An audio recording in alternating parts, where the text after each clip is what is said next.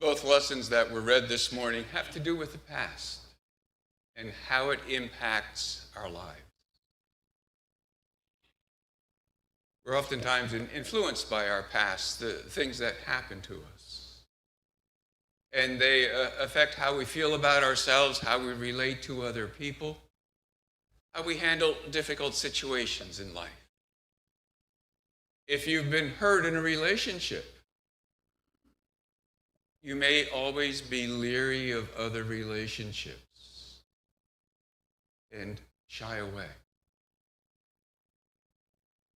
When I work with couples about their relationship, especially of financial situations, I often ask them to share what their experience has been with finances in their past, with money.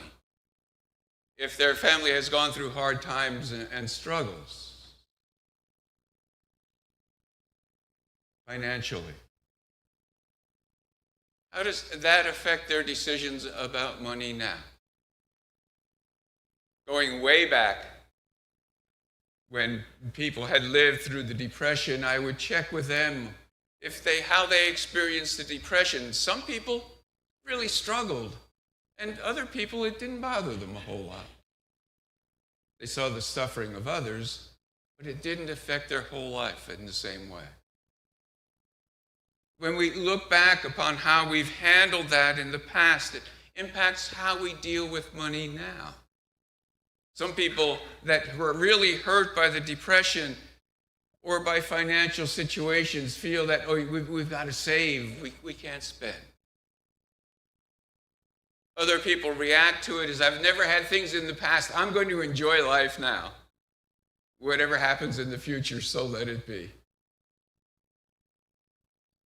When I talk with couples, we oftentimes come to the idea, and it seems somehow that spenders oftentimes marry savers. And it creates sort of a conflict. But if they work on it, they can have money for a rainy day and still enjoy life. If they blend their ideas of the past. The past has an impact on our lives. It affects the way we think about ourselves and the way we deal with the world. The past has something to do with both lessons that we read this morning and the impact on the past that it was having on them now. Sometimes, if we're going to really deal with the past, it takes a crisis. Something happening in our lives that draws our attention. I've come up with the concept and the idea in looking at the text this morning that God is using really here in both instances a confrontational love. Making us uncomfortable at first, and that's part of our resistance to change because change is oftentimes uncomfortable. We like the familiar. We catch the disciples in this story going back to fishing. They were fishing people. That was comfortable for them. That was normal. That helped them relax. Sometimes what happens, though, is in crisis, especially when we rely on how we've handled things in the past, we just repeat the past. We have to challenge ourselves with the uncomfortability of facing other possibilities, other options. Oftentimes in grief, and I think you remember, I do work for hospice, and I'm a grief counselor. Oftentimes in grief, what we do for a while is we want to return to the past. It was familiar, it was comfortable, we knew it.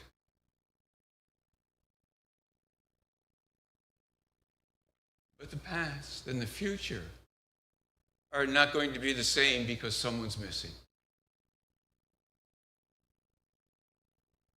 Somehow we have to adjust to a new normal. We have to live our life without that person. Although that person's impact on our life still remains, and we can still celebrate and enjoy the memories of the time we've had, and that also takes some time. I think I mentioned that the last time I was here.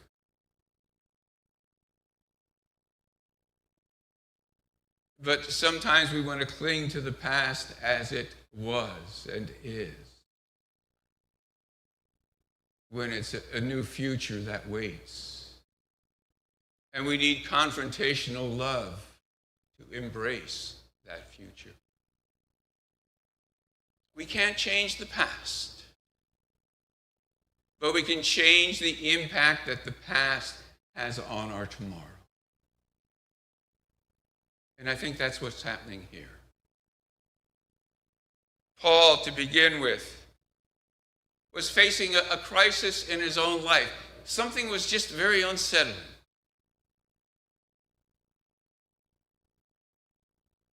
He wasn't happy. He wasn't comfortable at the moment with who he was.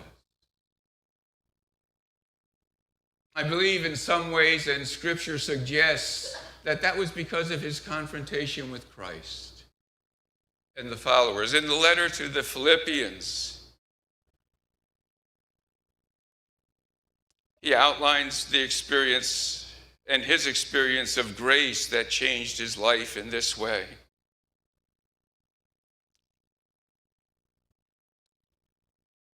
Wrong to put confidence in the flesh, his own striving. And he brags a little bit. Circumcised on the 8th day of the tribe, I'm of the tribe of Benjamin, a Hebrew of Hebrews. In regard to the law, a Pharisee, as of zeal, persecuting the church, as for righteousness based on the law, faultless. But whatever we get gains to me, I now consider loss for the sake of Christ. He tried. There was some sense he was perfect in that, and yet something was missing.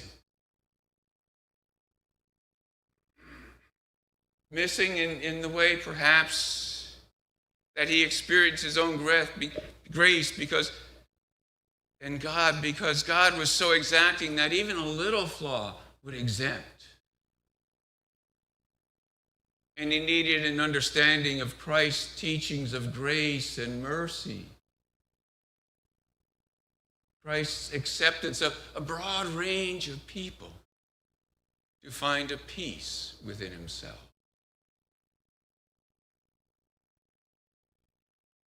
There was a crisis beginning to brew, and another crisis perhaps drew that to his attention. We don't know what happened on the road to Damascus exactly. He talks about losing his sight and being blind for a while. Was it a health crisis that caused him to step back and pause and reflect on where he was in life's journey at the moment? And discovering that something was missing, something was lacking. What do I need to change? Crisis. And yet it's oftentimes a crisis that causes us to pause back and to reflect.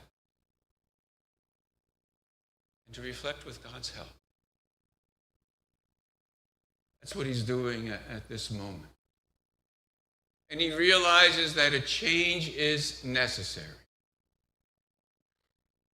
We go through that oftentimes in life. There are many transitions in life that we face that cause us to reflect and reevaluate. And maybe choose a new course. I guess one of the famous illustrations of that is Amazing Grace. The author of Amazing Grace was a slave trader. And as he came to grow in his faith, he realized that wasn't the path he needed to choose in life.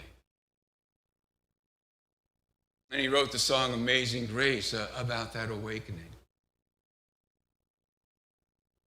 Slaving was what I needed not to do.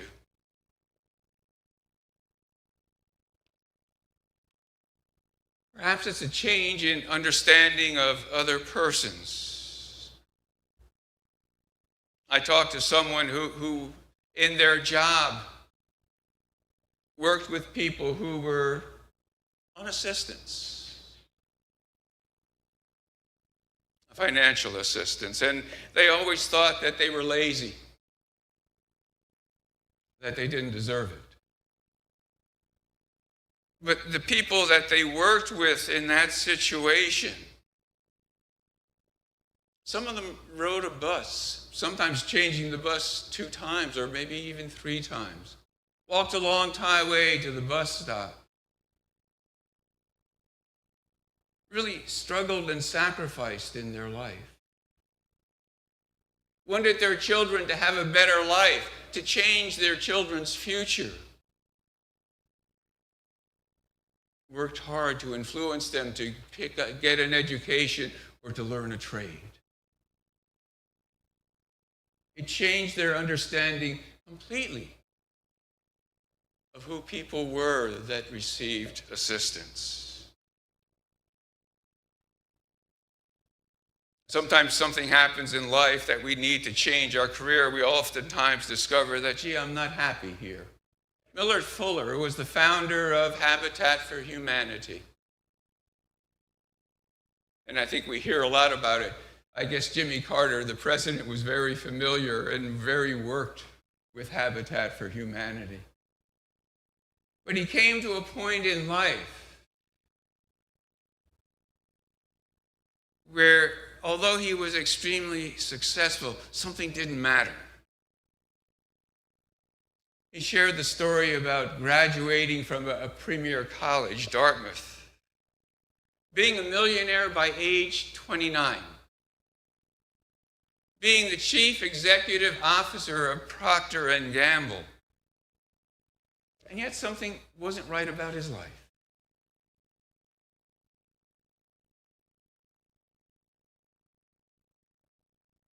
His marriage was not doing so well. His relationship with his children was suffering. Something needs to change. And he came across a passage of Scripture as he was wrestling with his faith about Jesus saying, "Go and sell what you have and give it to the poor." He and his wife, Linda, took that to heart. And maybe they didn't sell everything they had, but it changed his career. And he founded Habitat for Humanity. And we know the rest of the story. And many times in life, we go through those possibilities for change.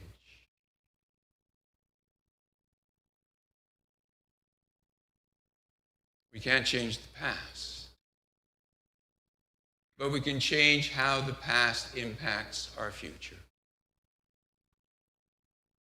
And we can change the direction of our lives. Many people do that when we retire. There's something we've always wished we could do, and now's the chance.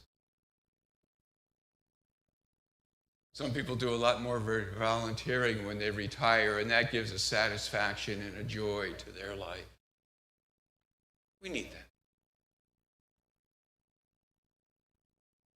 Touching on Peter.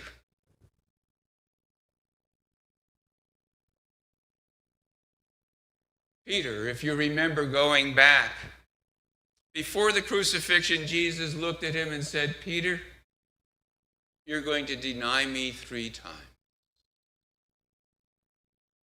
And he did. When they questioned his relationship with Jesus, he denied it after Jesus was crucified or while Jesus was on trial.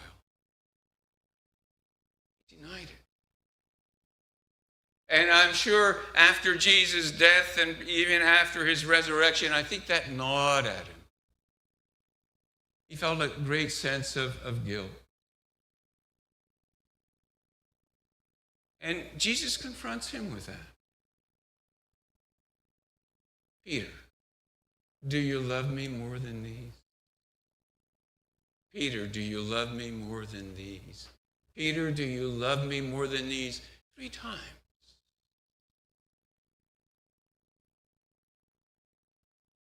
giving Peter the opportunity in some ways to confess and to profess his love. And it made a change in his life. When it came later, and the idea about someone when he was young, you go where you want to go and you dress yourself. But somebody's going to take over that and take you where you don't want to go and bind you up. Peter died a martyr's death. But he died a martyr's death, forgiven and redeemed and renewed. He couldn't change the past act, but he could make restitution for it. I think sometimes in life, and especially working with our relationships with other people, we come to that point where there's a need for confession and forgiveness. It takes two people. Two people to acknowledge that there's been a hurt. Now, sometimes if we're on the receiving end of that where we've been hurt, we want to say to the other person, oh, that doesn't matter. But that doesn't allow us to heal the situation, to change it. We've got to acknowledge the pain and the hurt that we've experienced. Sometimes what I've suggested to couples is use a pattern. It's I-you kinds of conversations, because oftentimes when we're confronted with those things where the relationship is having problems, we want to blame. You did this. Yes. But the I-you part of it is, when this happens, this is how I react. Not how you make me react, but it's how I react. It is because in part something you have done, but it's my reaction. And this is why I react that way. So it gives some understanding.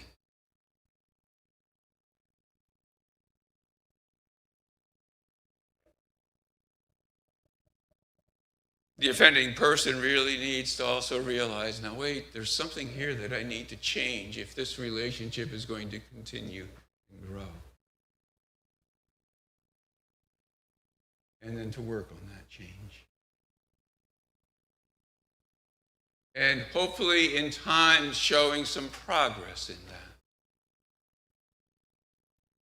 So they give up a pattern of life. Learn behaviors, perhaps. And they look to other examples of how they can react in those situations, and they learn and they grow. Now, the person that's offering forgiveness gives up something too. They give up the desire for revenge. They don't always bring it up in their arguments. They begin gradually to let it go. And a new relationship becomes possible. That's what's happening in both of these instances. It's a loving confrontation